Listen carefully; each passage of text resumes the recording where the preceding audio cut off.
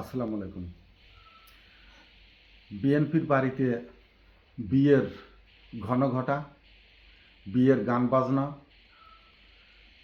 ব্যান্ডে বরের আগমনী সুরের গীতবিতান, বাজার ঘাট, যত ধরনের আত্মীয় স্বজনকে দাওয়াতের যে উৎসব ইমেজ পুরো দস্তুরভাবে শুরু হয়ে গেছে, এটা পরিষ্কারভাবে বোঝা যাচ্ছে। বিএনপির বিয়ের এই আয়োজনের গায়ে হলুদ হয়ে গেছে লন্ডনে ডক্টর মোহাম্মদ ইউনূস সাহেব এবং ভারপ্রাপ্ত চেয়ারম্যান তারেক রহমানের সাথে যে বৈঠক, ওখানে তাদের গায়ে হলুদের কাজ সম্পন্ন হয়েছে। এখন বরকে রিসিপশন এবং বরকে পূর্ণ মর্যাদায় সেই আসনে বসানোর যত ধরনের আয়োজন সেটাই চলছে। আপনারা যদি ভালো করে এই যে ব্যান্ড বা মিউজিক শোনেন, বিয়ে বাড়ির কথা বলছি, তারপরে অন্য জায়গায় যাচ্ছি। বিয়ে বাড়িতে প্রথম যখন বর আসে তখন যে আগমনী বা বর আসবে এখনই নিয়ে যাবে তখনই, এই ধরনের একটি উৎসবপূর্ণ আনন্দমুখর মিউজিকের সুর সানাইতে বাজায়। সামগ্রিক মিউজিক জুড়েই সেই সানাইয়ের সাথে তাল মিলিয়ে সুর বাজে। কিন্তু একটা সময় বিয়ের কাজ শেষ হলে যখন কনেকে নিয়ে বর বিদায় নেয়, তখন কিন্তু আবার সেই একই সানাই, একই ঢোল, কাঁসাই, বাঁশাই যাই বলেন, সেটা বিরহের সঙ্গীতের সুর উঠে আসে, বিরহের সুর, বিদায়ের সুর শোনা যায়। কিন্তু এই বিয়ে বাড়িতে একই সাথে দুই রকম মিউজিক বাজছে, অর্থাৎ সামগ্রিক বাইরের থেকে আমরা একটি বিএনপির ঘর দেখলেও, একটি রিসিপশনের আয়োজন দেখলেও, অভ্যন্তরে বাড়ির ভিতরে অর্থাৎ বিএনপির অভ্যন্তরে দুইটি গেট তৈরি হয়েছে। একটি গেট আগমনীর গান গাইছে, আগমনী বার্তা ছড়াছড়ি, আনন্দ উৎসব মুখর। অন্য আর একটা গেট করা হয়েছে একই সাথে আপনারা যারা রাগ, ভৈরব, সেতারা শুনতে পছন্দ করেন, তারা দেখবেন যে কোনো গানে যদি কখনো সেতারা বাজানো হয়, সেতারার কান্না খুব অন্তরস্থ দিয়ে যারা মিউজিকের সাথে মিশে যায় তারা এই জিনিসটা বুঝবে। সেতারা কিন্তু শুধু কান্না করে, সেতারার যত গভীরে আপনি ঢুকবেন সে শুধু কান্নার সুর বাজায়। মিউজিকের সাথে মিশেই ভিতরে ভিতরে অন্তরস্থ কোঠরিতে সে শুধু বেদনা, বিদারক, বিরহের সুর বাজায়। বিএনপি ঘরের আর একটা গেট তৈরি হয়েছে, সেখানে বিদায়ের, বিরহের সুর বাজছে ওই সেতারার মতো, অথবা বিদায়ে যে সানাইর যে বিরহের গান, বিরহের সুর বাজে, সেই সুর বাজছে বিএনপিতে। হ্যাঁ, এটা বাঁচতে হবে। বিএনপি যদি ভুলে যায় 2006-এর তাদের অভ্যন্তরীণ কোন্দলে বিএনপিকে যে ক্ষতিপূরণ দিতে হলো, বিএনপি দলের যে অধপতন বা ধ্বংসের জায়গায় মুখোমুখি ঠেলে নিয়ে গিয়েছিল, যে অভ্যন্তরে বসে সেই বিশ্বাসঘাতকরা, যে বিশ্বাসঘাতকরা বারবার বলেছে ঈদের পরে আন্দোলন হবে, অথচ তারা কখনই আন্দোলনে একাগ্রতা নিয়ে প্রকাশিত হয়নি, সামনে আসেনি। তারা পিছনের দরজা দিয়ে সবসময় একটি পলায়নপর অবস্থার মধ্যে ছিল। তারা তো এখনও বিএনপিতে। হ্যাঁ, আমি সরাসরি নাম বলতে সমস্যা নেই, আমি যদি নামও বলি ইদানিং, আমি কেন, আপনারাও দেখবেন লন্ডনে যাওয়ার কথা ছিল কার, ফখরুল ইসলামের। ফখরুল ইসলাম কিন্তু যায়নি। খসরু এবং সালাউদ্দিন আহমেদ দুজন গিয়েছে। ফখরুলটা অনেকটা পর্দার পিছনে সরে গেছে আস্তে আস্তে। সালাউদ্দিনকে সামনে টেনে আনা হয়েছে, কারণ সালাউদ্দিনের ভিতরে ভারতপ্রেম বেশি উদ্গ্রীব, ভারতের সাথে তার বেশি লেয়াজু কমিউনিকেটেড করে। ভারতের সরকার ছাড়াও ব্যক্তি পর্যায়ের প্রভাবশালী, ভারতের সব দেশেই থাকে সরকারকে নিয়ন্ত্রণ করার মতো কিছু ব্যক্তিবর্গ থাকে, তাদের সাথে সালাউদ্দিন আহমেদের সাহেবের একটু গভীর সম্পর্ক তৈরি হয়েছে।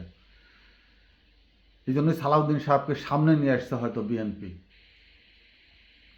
আমির মাহমুদ খসরু সামনে আগাই আসছে, বেশ বেশ কিছু নেতা পিছনে চলে গেছে। এদেরকে পিছনে সরিয়ে দিয়েই শুধু শান্ত থাকলে হবে না, সরাসরি দল থেকে বের করে দিয়ে দলকে পবিত্র আদর্শগত দিক থেকে, জিয়াউর রহমান বলেন, ম্যাডাম খালেদা জিয়ার আদর্শের কথা চিন্তা করে দলগুলো থেকে, এই লোকগুলো থেকে বের করে দিতে হবে দলকে। ফজলুর রহমান ফজা ভাই, গোলাম মওলা রনি, হাবিবুর রহমান হাবিব, দুদু বলি, আপনার ফখরুল ইসলাম আলমগীর নামের ভিতরে আমি দিতে দ্বিধাবোধ করব না, এবং দুদু সহ যারা বিএনপির ভিতরে অভ্যন্তরে থেকে এই বিএনপিকে বিভিন্নভাবে দাবিয়ে রেখে নেতাকর্মীদেরকে বিভক্ত করে দলকে দুর্বল করে রেখেছে, তাদেরকে ওই পিছনের গেট দিয়ে, যে গেটে বিরহের সুর বাজছে, বিদায়ের সুর বাজছে, ওই গেট দিয়ে আস্তে করে সরিয়ে দিতে হবে। পক্ষান্তরে 17-18 বছরে অনেক নবীন, জাগ্রত, জ্ঞানবান, গুণী ব্যক্তি বাংলাদেশে এসেছে, উদীয়মান হয়েছে, তাদেরকে তুলে আনতে হবে, আইনে দলের ভিতরে অভ্যন্তরে প্রবেশ করাইতে হবে। এখানে একটা কথা আছে, যারা ত্যাগী নেতা, ত্যাগী বলতে কি, এরা দলকে ভাঙিয়ে ব্যক্তি পর্যায়ে স্বার্থান্বেষী, স্বার্থকে উদ্ধার করতে গিয়ে নিজেদের দলের নেতাকর্মীকে হত্যা করেছে, অবৈধভাবে দলকে ভাঙিয়ে অবৈধ অর্থের, প্রচুর অর্থের মালিক হয়েছে এরা দলকে ভাঙিয়ে। এদের জন্য দলের যে ক্ষতি সাধিত হয়েছে, দুর্নাম হয়েছে, এরা কোন ত্যাগী নেতা নয়, এরা ব্যক্তি পর্যায়ে নিজেদেরকে হাইলাইট করার জন্য, ধন সম্পদের মালিক করবার জন্য নেতা সেজে দলকে ব্যবহার করেছে মাত্র, এরা ত্যাগী নেতা নয়। এদেরকে দল থেকে সরিয়ে দিতে হবে। জেল খাটলেই যে দলের জন্য জেল খাটেছে এমন নয়। এই আজ 10 মাসে প্রায় 300 বিএনপির কর্মী হত্যা হয়েছে বিএনপির হাতেই, এদের নামে মামলা হয়েছে, এরাও মামলা আসামি। তো এরা ত্যাগী না, এরা দলকে এক করতে পারেনি, নিজেদের আধিপত্য বিস্তার, নিজেদের ক্ষমতার আসনে উন্নীত করা লোভী এই নেতারা দলকে, দলের নেতাদের উস্কানিতে নিজেরাও এর ভিতরে জড়িয়ে পড়ে বিভিন্নভাবে নিজেরা ক্ষতিগ্রস্ত হয়েছে, দলকে ক্ষতিগ্রস্ত করেছে। এই সব নেলা একেবারে জেলা পর্যায়ে, উপজেলা পর্যায়ে এরকম নেতাদের খুঁজে বের করে, যারা দলের অন্তর্দ্বন্দ্বের সৃষ্টিকারী, দলের ভিতরে বসে বসে যারা উই পোকা সার পোকার মতো রক্ত চুষে খেয়েছে দলকে, অথচ দলকে প্রতিষ্ঠিত করা, দলকে সাংগঠনিকভাবে এগিয়ে নিয়ে যাওয়া, দলের জন্য একাত্ম হয়ে কাজ করা, এরা হলো ত্যাগী নেতা। এর বাইরে যারা নিজেকে এমপি বানানো, নিজেকে উপজেলা চেয়ারম্যান বানানো, নিজের দলের কাছে বড় হওয়ার জন্য সন্ত্রাসী কর্মকাণ্ড করে কর্মীদেরকে হ্যারাসমেন্টের ভিতরে ফেলে দেওয়ার পিছনে যেসব নেতারা, তাদেরকে বের করতে হবে এখন খুঁজে। বৈশ্বিক রাজনীতির দিকে তাকালে রাজনৈতিকভাবে যে শক্ত, পোক্ত, বুদ্ধিমান, বুদ্ধিদীপ্ত, জ্ঞানবান, দূরদর্শিতা সম্পন্ন নেতার প্রয়োজন। এখন চিন্তা করতে হবে যে দেশ শক্তিশালী একটা অবস্থানে নিতে শক্তিশালী রাজনৈতিক নেতার প্রয়োজন, শক্তিশালী বুদ্ধিমান কর্মীর প্রয়োজন, তাহলে দল শক্তিশালী হবে। আর যদি দুর্বৃত্তের হাতে, দুর্বৃত্তনের ভিতরে দলকে নিয়ে শুধু মারামারির জন্য অস্ত্রভিত্তিক, ক্যাডার ভিত্তিক, সন্ত্রাস ভিত্তিক, বিভিন্ন ভয়ভীতি প্রদর্শনের জন্য স্নায়ুভিত্তিক দল কমিটি গঠন করা হয়, সেটা কোনো রাজনৈতিক কমিটি বা রাজনৈতিক দল হিসাবে দলকে ভিত শক্তিশালী করে তুলবে না, বরঞ্চ সন্ত্রাসী একটি সংগঠন হয়ে উঠবে, যেটার নামই শুধু থাকবে রাজনৈতিক সংগঠন। এখন সেই বুদ্ধিদীপ্ত দূরদর্শিতা সম্পন্ন নেতারও প্রয়োজন কেন্দ্রে, যাদেরকে এই জ্ঞান আছে। এই ভবিষ্যৎ দূরদর্শিতা সম্পন্ন দৃষ্টিসম্পন্ন নেতারও প্রয়োজন আছে, যারা সঠিক নেতাদেরকে খুঁজে এই দলের ভিত বা দলের নেতা বলেন, দলের কর্মী বলেন, এটা সংগ্রহ করবে। একটি আদর্শ এবং আদর্শবান নেতার সমন্বয়ে যদি কোনো রাজনৈতিক সংগঠন প্রতিষ্ঠিত হয়, তাদের ভোটার এবং জনসমর্থন অনিবার্য। কিন্তু সন্ত্রাসী ক্যাডার ভিত্তিক সংগঠনে মানুষ ভয় পায়, দূরের থেকে সম্মান করে, কিন্তু কেন্দ্রে গিয়ে তাদের কিন্তু মাইন্ডসেট থাকে না। কেন্দ্রে কিন্তু তার সেই আচরণ, সেই সন্ত্রাসী ভয়ঙ্কর চেহারা ভেসে ওঠে, ছিলটা অন্যদিকে চলে যাবে। অর্থাৎ বিয়ের ঘটনা, বিয়ের মিউজিক যেভাবেই বাজুক না কেন, যদি বর এবং বরযাত্রী পরিশুদ্ধ না হয়, তাহলে বিয়ের আসর থেকে উঠে যেতে হতে পারে, বিয়ে নাও হতে পারে।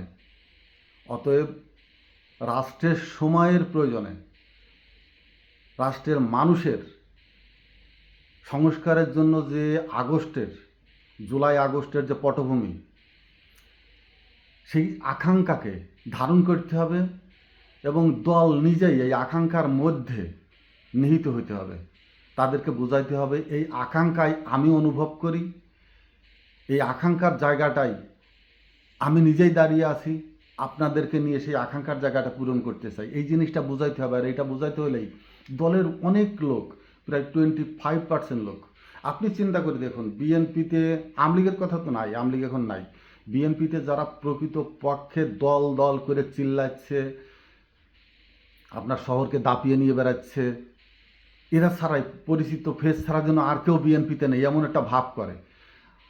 আপনি গবেষণা করে দেখুন, চিন্তা ভাবনা করে দেখুন, নিজে বসে কনসেপ্ট নিয়ে ভাবুন, 30 থেকে 25% লোক আদতেই অপরাধী, এবং এরা জেলে থাকার মতো সন্ত্রাসী, ক্যাডারভুক্ত অপরাধী এই ব্যক্তিগুলো, এরা দলের ভিতরে হয়তো আপনার পিছনে হই হই রই রই করে আপনার শক্তি যোগাচ্ছে, আপনার সিনাগো শক্তি, আপনার বাহুবল, আপনার যৌবনিক শক্তিকে প্রদর্শিত করতে তারা আপনার পাশে আছে। কিন্তু সাধারণ মানুষ কিন্তু এদের চেনে, এদের জানে আপনি কাদের নিয়ে মুভমেন্ট করছে। সাধারণ মানুষ কিন্তু দেখছে আপনার পিছনে কাদেরকে নিয়ে। যে একটু আগে আমার পকেট থেকে চাঁদা নিয়ে গেছে, যে একটু আগে আমাকে ভয়ভীতি দেখিয়েছে, আমি যদি এখন আপনাকে তাকে নিয়ে মিছিল করতে দেখি, আপনি যতই পবিত্র সেই যে ধর্মেরই হন, তাদের বংশধর হন না কেন, আপনি যদি আমার পকেটের টাকা লুণ্ঠনকারীকে আপনার সাথে নিয়ে মিছিল মিটিংয়ে যান, আপনি তো আমার বিবেচনার বাইরে চলে যাবেন বলে আমি মনে করি। পরিশুদ্ধ সময় এসেছে। যত ধরনের সংস্কারই হোক না কেন, যদি পরিশুদ্ধ একটি আদর্শিক একটি রাজনৈতিক দলের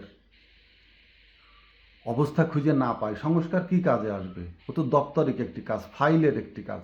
কিন্তু সামাজিকভাবে পরিবর্তনের জন্য সঠিক সিদ্ধান্ত এবং আদর্শিক একটি রাজনৈতিক দলের প্রয়োজন, যে ওই সংস্কারকে নিজেদের ভিতরে নিয়ে এসে পুরো সামাজিকভাবে রাষ্ট্রকে দায়বদ্ধতার ভিতর নিয়ে আসবে, সমাজকে সামাজিকভাবে পরিবর্তন করে নাগরিককে, দেশের মানুষকে পরিশুদ্ধ করার প্রয়াসে এগিয়ে নিয়ে যাবে।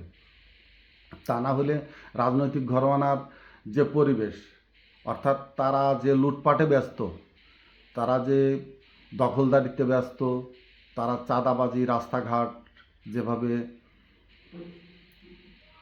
উপদ্রুত এলাকায় মানুষকে উপদ্রুত মানুষ হিসাবে বাস্তুহারার মতো করে রেখেছে, তাদের বংশ পরম্পরায় তাদের সন্তানরা এটা দেখছে, তাদের বোধের ভিতরে এটা নিচ্ছে। এই যে রাজনৈতিক বংশ পরম্পরায় তারাও এইটা নিচ্ছে, তারাও এটা শিখছে, এবং জনগণের কাছ থেকে কোন পথে ধন সম্পদের অর্থ লুণ্ঠন করা যায়, পথগুলো তারা তাদের বাপ, চাচা, ভাইদের কাছে শিখছে।